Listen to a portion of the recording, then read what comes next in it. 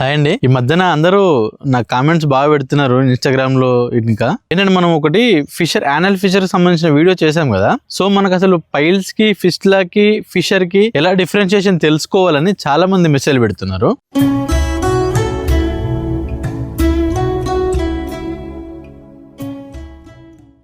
దానికోసం ఈ video. Normal గా పైల్స్ అంటే వచ్చేసి మోషన్ వెళ్లే మలద్వారం దగ్గర రౌండ్ గా బబుల్స్ గా ఉంటాయి. అవి మోషన్ వెళ్లేటప్పుడు మనకు విపరీతమైన పెయిన్ సెన్సేషన్ కలగడం గానీ, ఒక్కోసారి అవి పగిలినప్పుడు విపరీతమైన బ్లీడింగ్ రావడం గానీ, అసలు ఆ మోషన్ కూర్చుంటున్నప్పుడు నరకయాతన అనేది అనుభవిస్తూ ఉంటాము. దాని తర్వాత ఎప్పుడైతే మనం మోషన్ కి వెళ్ళడం ఫినిష్ అయిపోతుందో, మనం వాష్ చేసుకునేటప్పుడు క్లియర్ గా మనకు ఆ సెన్సేషన్ తెలుస్తుంది. వాష్ చేసుకునేటప్పుడు అవి తగులుతూ ఉంటాయి, బొడిపెలుగా బబుల్స్ గా తగులుతూ ఉంటాయి. ఇవి పైల్స్. నెక్స్ట్ వచ్చేసి ఫిస్టులా అనేది ఏంటంటే యానస్ కి కొంచెం దూరంలో ఎక్కడో ఒక దగ్గర చిన్న ఓపెనింగ్ అనేది జరుగుతుంది. ఒక గడ్డ అవ్వడం గానీ, ఒక పులిపిర్ లాంటిది గానీ, లేదంటే దాన్ని ఇచ్చింగ్ వస్తే మనం గోకడం వల్ల గానీ, దానిలోంచి ఒక చిన్నపాటి పుండైపోయి ఈ కెనల్ అనేది యానస్ లోపలికి అటాచ్ అయి ఉంటుంది. దాంట్లోంచి కొంచెం పస్ డిశ్చార్జ్ అవ్వడం గానీ, దురద రావడం గానీ, నొప్పి లేవడం గానీ, అదొక డిస్కంఫర్ట్ ఫీలింగ్ అనేది మనకు కలిగిస్తూ ఉంటుంది. ఇది ఇంకేమైనా మనం నాన్ వెజ్ గానీ, చికెన్, చేపలు లాంటి ఇంకేమైనా తిన్నప్పుడు ఆ బాధ అనేది పెరుగుతూ ఉంటుంది తప్ప తగ్గదు. ఏదైనా యాంటీబయాటిక్స్ టాబ్లెట్స్ యూజ్ చేసినప్పుడు ఈ పస్ డిశ్చార్జ్ అనేది కొంచెం తగ్గుతుంది. మనం ఆపేయగానే మళ్ళీ ఆ ప్రాబ్లం అనేది యథావిధిగా వస్తుంది.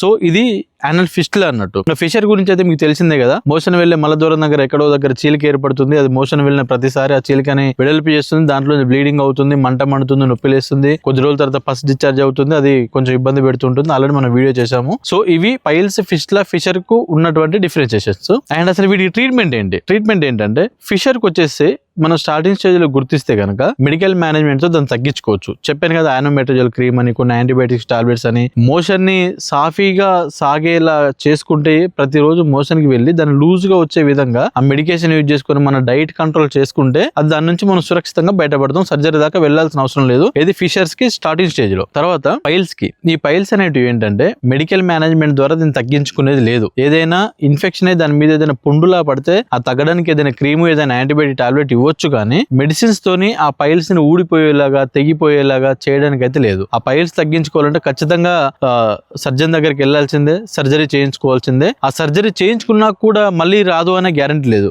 కనుక ఈ సర్జరీ చేయించుకొని మెడిసిన్ వాడే క్రమంలో మనం ఈ 50% మెడిసిన్ అండ్ సర్జరీ ఎఫర్ట్స్ పెట్టి మనం వాడుకున్నది ఒక ఎత్తు అయితే, ఇంకో 50% మనం ఏంటంటే డైట్ మెయింటైన్ చేయాలి. తినకూడని ఫుడ్ తినొద్దు, వేడి వస్తువులు తినొద్దు.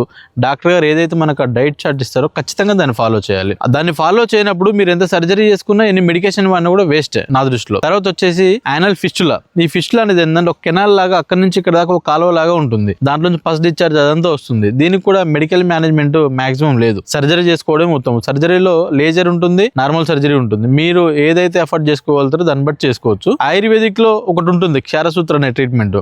ఈ క్షారసూత్ర అనే ట్రీట్మెంట్ ఏంటంటే ఈ మెడికేటెడ్ థ్రెడ్, ఒక థ్రెడ్ కు మెడికేషన్ అప్లై చేసి ఆ ఎక్కడి నుంచి అయితే కెనాల్ ఉందో ఆ కెనాల్ లోపల నుంచి యానస్ లోపలికి ఆ థ్రెడ్ ని బయటికి పంపించి 2 దారులు ముడేస్తారు. అలా వీక్లీ వన్స్ అలా మారుస్తూ అది తగ్గిపోయేంత వరకు దాన్ని అలా చేస్తూ ఉంటారు. ఇంకొచ్చేసి మన అలోపతిక్ దాంట్లో ఏంటంటే సర్జరీ చేస్తారు. సర్జరీ లేజర్ ద్వారా చేసుకోవచ్చు, నార్మల్ సర్జరీ చేసుకోవచ్చు. సర్జరీ చేసుకున్నాక కొద్ది రోజులు డ్రెస్సింగ్ చేసుకున్న తర్వాత ఒక 1 month తర్వాత ఆ పుండు అనేది కంప్లీట్ గా మానిపోతూ ఉంటుంది. సో ఇన్ని రోజులు మనం మెడిసిన్ వాడడం ఒక ఎత్తు అయితే, డైట్ మెయింటైన్ చేయడం కూడా ఒక ఎత్తులా ఉంటుంది. అది ఇది ఈక్వల్ గా ఉండాలి. మీరు మెడిసిన్ ఇన్ని వాడి మీరు పతం చేయడం వదిలేసి మళ్ళీ అది బ్యాలెన్స్ అయిపోదు, తగ్గిపోదు, మీకు పెరుగుతూ ఉంటుంది, ఇబ్బంది పడుతూ ఉంటారు. సో ఇది ఇవాళ వీడియో కనుక మీకు నచ్చినట్లయితే మన friends and family members share చేయండి. అండ్ మీకు ఇంకేమైనా డౌట్స్ ఉంటే కనుక మన ఇన్స్టాగ్రామ్ లింక్ నేను డిస్క్రిప్షన్ లో ఇస్తాను. అక్కడికి వచ్చి మీరు నాకు ఏదైనా మెసేజ్ పెడితే, మీకు ఏమైనా సలహాలు, సూచనలు కావాలంటే దాన్ని బట్టి నేను as soon as possible reply ఇవ్వడానికి ప్రయత్నిస్తాను. Thank you for watching.